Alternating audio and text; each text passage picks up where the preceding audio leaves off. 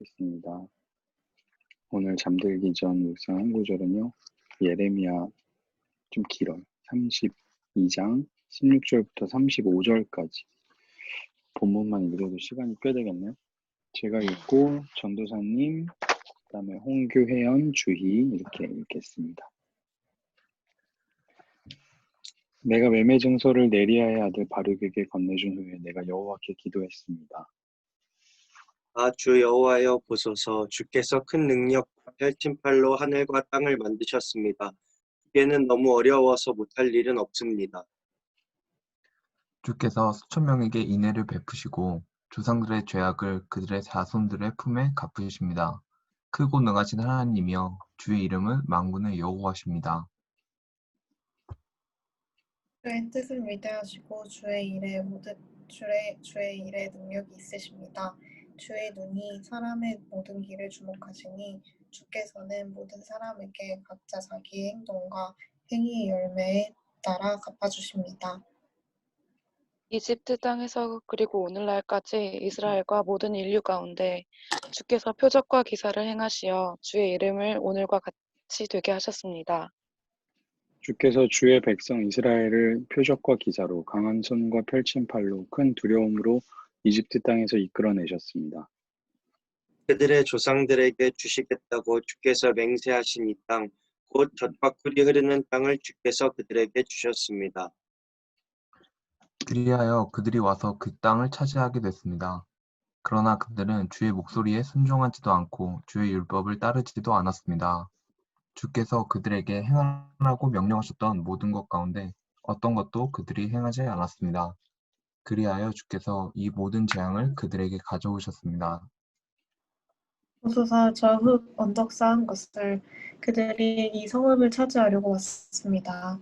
이 성읍은 칼과 기근과 전염병을 모았습니다. 갈대아 사람들의 손에 이 성읍이 넘어갈 것입니다. 주께서 말씀하신 일이 일어났습니다. 보소서 주께서 그것을 보고 계십니다.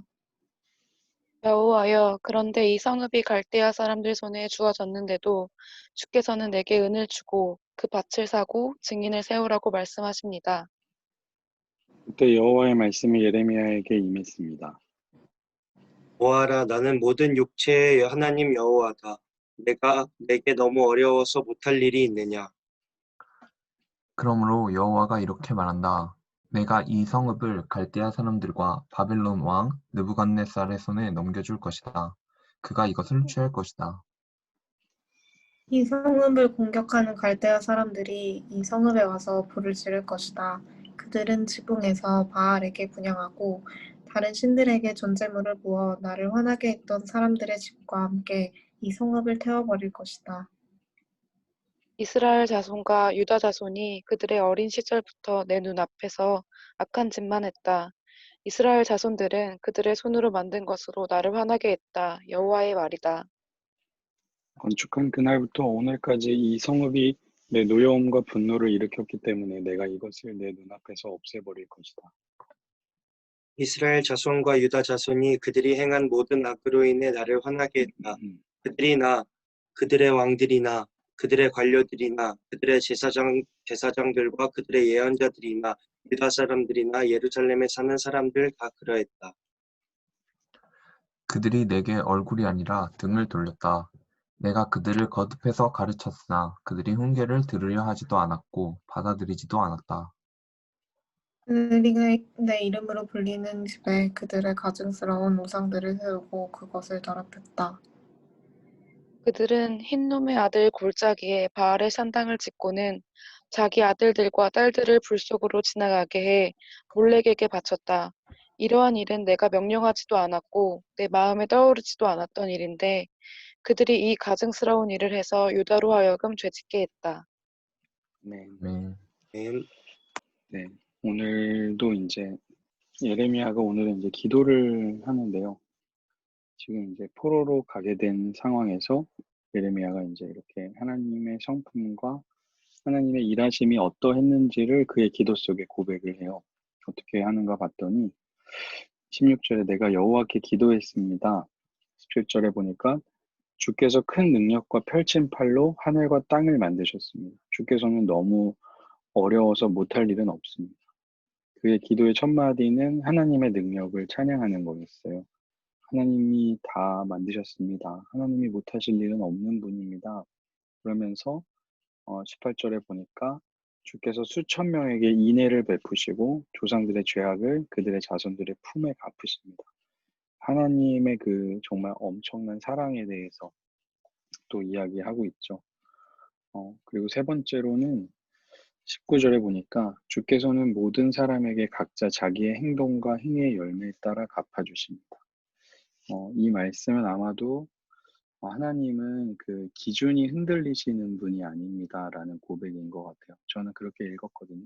하나님은 인간들이 행동하는 그대로, 그러니까 행위 보응, 우리가 행동한 대로 결과를 얻게 된다, 라고 이야기하잖아요. 그것이 이제 하나님이 다스리는 원리인데, 그 이야기를 하는 거죠. 분명한 기준으로 다스리시는 하나님이십니다. 20절에 보니까 또 우리의 인생에 찾아오셔가지고 모든 인류 가운데 주께서 표적과 기사를 행하셨다고. 그러니까 인간의 역사의 표적과 기사를 하나님이 보여주시면서 우리를 이제까지 살게 하셨다는 거죠. 21절에 보니까 큰 두려움으로 또 이집트 땅에서 이끌어내셨고 우리를 여기까지 구원하신 그 하나님께서 22절에 보니까 젖과 꿀이 흐르는 땅을 주께서 그들에게 주셨습니다. 느헤미야는 지금 약속을 이루신 하나님에 대한 이야기를 하면서 기도를 하고 있는 것 같은데 실제로는 하나님의 성품과 하나님이 하신 일을 기도로 그냥 고백하고 있는 거예요. 그리고 뭐 자기에게 뭘 해달라 이런 얘기를 안 하더라고요. 좀 특이한 기도인 것 같아요. 그런데 이런 기도에 서 이제 느헤미야래요. 예레미야가 이렇게 기도하고 있는데요. 하나님은 이렇게 우리에게 보여주셨는데 그 기도 속에서 예레미야가 하는 말이 뭐냐면 인간들은 그런 하나님의 일하심을 알면서도 우리 마음대로 행했다라는 거죠. 그래서 23절에 보니까 그러나 그들은 주의 목소리에 순종하지도 않고 주의 율법을 따르지도 않았습니다. 행하라고 명령한 모든 것 가운데 어떤 것도 행하지 않았고 그래서 결국에는 지금 24절에 보니까 이 성읍은 칼과 기근과 전염병을 보았습니다. 그 바벨론에서 온 이 갈대아 사람들의 손에 이 성읍이 넘어갈 것입니다. 주께서 말씀하신 것이 일어났고 인간은 하나님의 말씀에 순종하지 않았다라고 이제 예레미야가 그의 기도 속에서 이렇게 고백을 하고 있어요. 그런 예레미야의 고백에 대한 하나님의 응답은 그냥 분노하세요. 하나님 되게 맞아 나 화났었어 뭐 이렇게 지금 응답하시고 있거든요. 그래서 하나님의 마음이 어떠하냐면 예레미야가 이렇게 기도하니까 하나님께서 예레미야에게 찾아오셨는데요. 뭐라고 말씀하시냐면 내가 이 성읍을 갈대아 사람들과 바벨론 왕 느부갓네살에 넘겨줄 거다. 하나님의 다스림의 원리에 따라 너희들이 죄를 지었으니까 그에 대한 결과로 이방 민족에게 넘어가서 그들의 다스림을 받게 될 거다. 왜냐하면 내가 화가 났기 때문이다. 라고 이제 이야기를 하시는 거죠. 29절에 보니까 갈대아 사람들이 와서 너희 성읍에 불을 지를 거다. 그들은 지붕에서 바알에게 분향하고 다른 신들에게 전제물을 부어 나를 화나게 했던 사람들의 집과 함께 이 성읍을 태워버릴 거다. 그러니까 너희들이 나한테 화나게 하고 나를 분노하게 했으니까 갈대아 사람들이 와서 불을 지를 거다. 하나님을 분노하게 했던 모습 그대로 그들이 너희에게 갚을 거다. 라고 하나님이 이야기하고 계신 거예요. 되게 무섭죠. 30절도 마찬가지입니다. 이스라엘 자손과 유다 자손이 그들의 어린 시절부터 내 눈앞에서 악한 짓만 했다. 이스라엘 자손들은 그들의 손으로 만든 것으로 나를 화나게 했다. 그래서 31절에 보니까 건축한 그날부터 오늘까지 이 성읍이 내 노여움과 분노를 일으켰기 때문에 내가 내 눈앞에서 너네를 없애버릴 거다. 너희의 이 성읍이 나를 찬양해야 되는 이 성읍이 예배해야 되는 이 성읍이 나에게 분노를 일으켰기 때문에 내가 없앨 거다. 어려서부터 악함을 지금까지 이어온 곳에 대해서 하나님이 또 한 번 분노를 표현하시죠. 32절에 보니까 모든 악으로 인해서 너희가 나를 화나게 했는데, 모든 이 보니까 왕들, 그 사람들, 왕들, 관료들, 제사장, 예언자, 유다 사람, 예루살렘에 사는 사람 모두 다 정말 이 모든 계층의 사람들의 악으로 하나님을 화나게 한 거죠. 그래서 33절에 보니까 얼굴이 아니라 등을 돌리고 그 거듭해서 가르쳤지만 훈계를 들으려고 하지도 않고 받아들이지도 않았고, 내 이름으로 불리는 집에서 아주 우상들을 세워놓고 더럽히고, 이스라엘이 했던 정말 아주 더럽고 악한 추악한 모습들이죠. 35절에 보니까 더 나아가서 어떤 짓까지 했냐면요, 자기 아들들과 딸들을 그 불 속으로 지나가게 했으니까 아들과 딸을 제물로 바치는 일까지 저지른 거죠. 근데 하나님 너무너무 화가 나셨다는 거예요. 근데 우상을 따르면 하나님을 완전 분노하게 한 거죠. 여러 가지 모양으로 어려서부터 죄를 지었고 순종을 한 적도 없고 또 우상을 섬기고 정말 말도 안 되는 일들을 해서 하나님 진짜 화나게 했다라는 거예요. 하나님 엄청 지금 분노하시는 상태죠. 그 하나님의 분노는요, 마땅한 일입니다. 하나님이 이 땅을 다스리시는 그 행위보, 인과응보의 원리로 보자면 이스라엘만 그 멸망할 사람들이 아니고요. 우리도 아마, 여러분들은 모르겠어요. 저도 아마 이렇게 이 자리에 서가지고 이 자리에서 이렇게 말씀을 전하는 게 이게 되게 불가능한 사람이거든요. 그러니까 그 하나님의 그 은혜가 아니었으면, 그 분노를 넘어서는 사랑이 아니었으면 우리는 이렇게 함께 말씀을 나누고 뭐 하나님을 따라 살아갈 수 없는 사람들인 것이 분명하죠. 오늘은 그 이야기 하는 거예요. 그러니까 죽어야 할 우리를 살리신 것은 온전히 하나님의 은혜라는 겁니다. 포로로 끌려갈 이스라엘 백성들, 진짜 그 하나님께 예배드려야 하는 성전에서도 우상을 세워놓고 거기다가 자기 자녀들을 갖다 바치는 걸 하나님이 보고 있으면서 얼마나 마음이 찢어질 듯이 아팠을까요? 그런데도 그 백성을 다시 내가 너네를 회복시키겠다라고 하시는 거는 진짜 온전히 하나님의 은혜죠. 그러니까 이 예레미야 말씀을 읽으면서 우리는 우리 자신의 죄를 다시 한번 살펴봐야 되고, 그런 우리를 살리신 하나님의 은혜에 다시 한번 집중해야 하는 겁니다. 그래서 오늘 말씀 다시 기억해 보면 예레미야가 기도를 해요. 기도하는데 특별히 기도하는 게 아니라 하나님이 어떤 분이시고 어떻게 일하셨는지 고백을 하고요. 그 다음에 인간들이 그런 하나님에게 순종하지 않았습니다. 죄를 지었고 추악한 모습으로 살아왔습니다. 라고 고백을 하죠. 거기에 대한 하나님의 대답은요, 맞다. 그래서 나 화났다. 나 엄청 화가 났어. 라는 이야기로 오늘 말씀은 끝이 나요.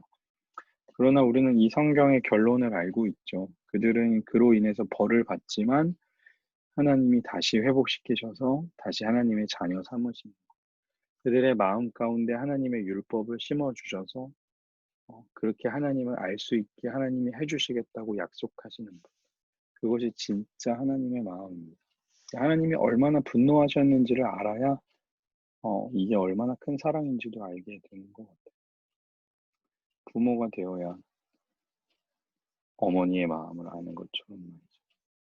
그래서 오늘 우리에게 던지고 싶은 질문은요, 오늘 나의 삶에서 하나님을 분노하게 하는 것은 무엇인가 한번 고민해보고, 혹시 하나님을 분노하게 할 만큼 나의 큰 죄를 발견했으면 그 죄를 알면서도 사랑하시는 하나님의 은혜에 또 감격하는 우리가 되면 좋겠습니다.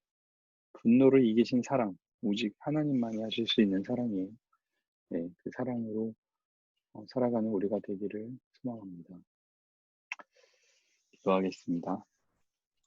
하나님 감사합니다. 이스라엘 백성들의 죄로 인하여서 하나님께서 분노하시고 마음을 또 돌이키시고 그들을 벌하실 수 있는 분명한 그런 상황임에도 불구하고 그들을 다시 사랑하시고 그들을 다시 회복시키시는 분이 우리 하나님이신 줄 믿습니다. 하나님이 얼마나 분노하셨는지, 또 우리가 우리의 죄악이 얼마나 하나님을 또 힘들게 하고 있는지 우리가 날마다 깨닫게 하여 주시고, 그러나 그 죄 안에서 머물지 않게 하시고 그런 우리를 살리시고 사랑하시는 하나님의 은혜에 또 젖어드는 이 밤이 될 수 있도록 인도하여 주옵소서. 이번에도 평안함 주실 줄 믿습니다. 감사드리며 예수님의 이름으로 기도합니다. 아멘. 아멘. 아멘. 수고하셨습니다. 아멘. 감사합니다. 감사합니다.